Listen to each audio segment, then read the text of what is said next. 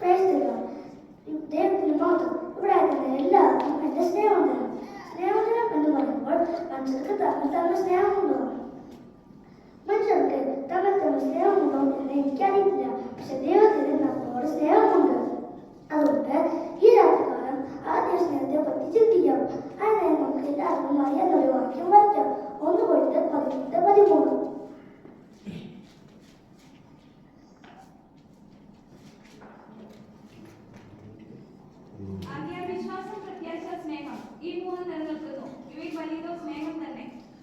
നമുക്ക് കണ്ണുകളടയ്ക്കാം, പ്രാർത്ഥിക്കാം. പ്രാർത്ഥനയെടുക്കുന്നതിന് സ്വർഗ്ഗസ്ഥ നൽകുന്നവരെ ഞാനോട് സ്തുതിക്കുന്നു, സ്തോത്രം ചെയ്യുന്നു. ലഭിച്ച വചനം പറഞ്ഞ് അടിയന്തരോട് പ്രാർത്ഥിക്കുന്നു. നന്നായിട്ട് വചനം തരാൻ തന്നെ യേശുവിന്റെ കരുതുന്ന വചനങ്ങൾ എല്ലാ ജീവിതത്തിൽ അനുഗ്രഹമായി തീർന്നമേ. യേശുവിന്റെ വചനങ്ങളും പ്രാർത്ഥന സ്തോത്രം യേശു നാമത്തിൽ ആമേൻ. ഈ ലോകത്തെ സ്നേഹം നമ്മുടെ ജീവിതം കൊണ്ട് അവസാനിക്കുമ്പോൾ ദൈവത്തിന്റെ സ്നേഹം നിത്യതയോടെ നമ്മളോട് കൂടെ ഉള്ളതാണ്. അതുകൊണ്ട് നമുക്ക് യെരമ്യാവ് 39:3 വായിക്കാം.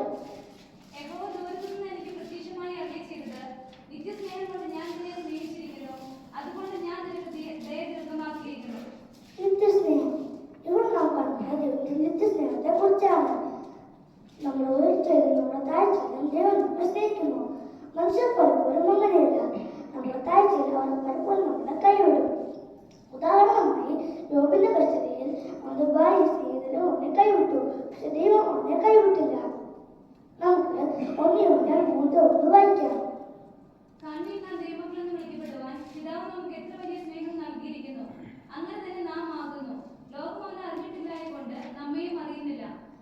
ഇവിടെ നാം കാണുന്ന ദൈവത്തിന്റെ വലിയ സ്നേഹത്തെ കുറിച്ചാണ്.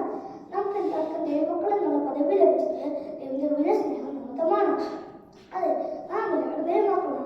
അത് നാം ഒരിക്കലും മറന്നു കളയരുത്. നമുക്ക് എഫേസ്യർ 2:4 വായിക്കാം.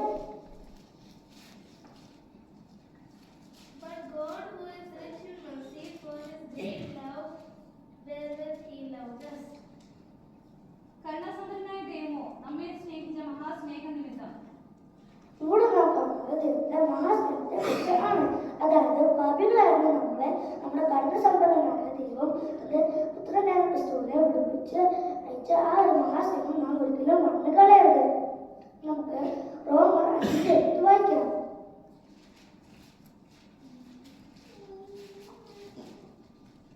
ക്രിസ്തുവും നാം പാപികളായിരിക്കുമ്പോൾ തന്നെ നമുക്ക് വേണ്ടി മരിക്കയാൽ ദൈവം തനിക്ക് നമ്മോടുള്ള സ്നേഹത്തെ പ്രദർശിപ്പിക്കുന്നു. ഇവിടെ നാം കാണുന്നത് ദൈവത്തിന്റെ നിസ്വാർത്ഥ സ്നേഹത്തെ കുറിച്ചാണ്. നമ്മുടെ പാരന്റ്സ് നമ്മൾ കഷ്ടപ്പെടുന്ന ഒരിക്കലും കാണാൻ ഇഷ്ടപ്പെടുന്നവരല്ല. എന്നാൽ പിതാവായ ദൈവം തന്റെ പുത്രനായ ക്രിസ്തുവിനെ ക്രൂശിൽ നമ്മുടെ പാവങ്ങൾക്ക് വേണ്ടി യാഗമായി അർപ്പിച്ചു. ഇവിടെ നമുക്ക് ഒരു സ്വാർത്ഥമില്ലാത്ത സ്നേഹത്തെയാണ് കാണാൻ കഴിയുന്നത്. ഇന്ന് രാത്രികാലം നാം ചിന്തിച്ചത് ദൈവത്തിന്റെ നിത്യസ്നേഹത്തെക്കുറിച്ചും വലിയ സ്നേഹത്തെക്കുറിച്ചും മഹാസ്നേഹത്തെക്കുറിച്ചും നിസ്വാർത്ഥ സ്നേഹത്തെക്കുറിച്ചുമാണ്.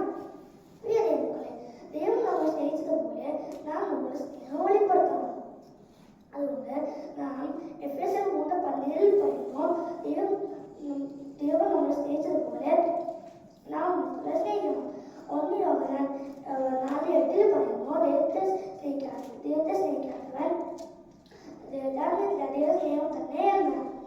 1 യോഹന്നാൻ 4:11 പറയുമ്പോൾ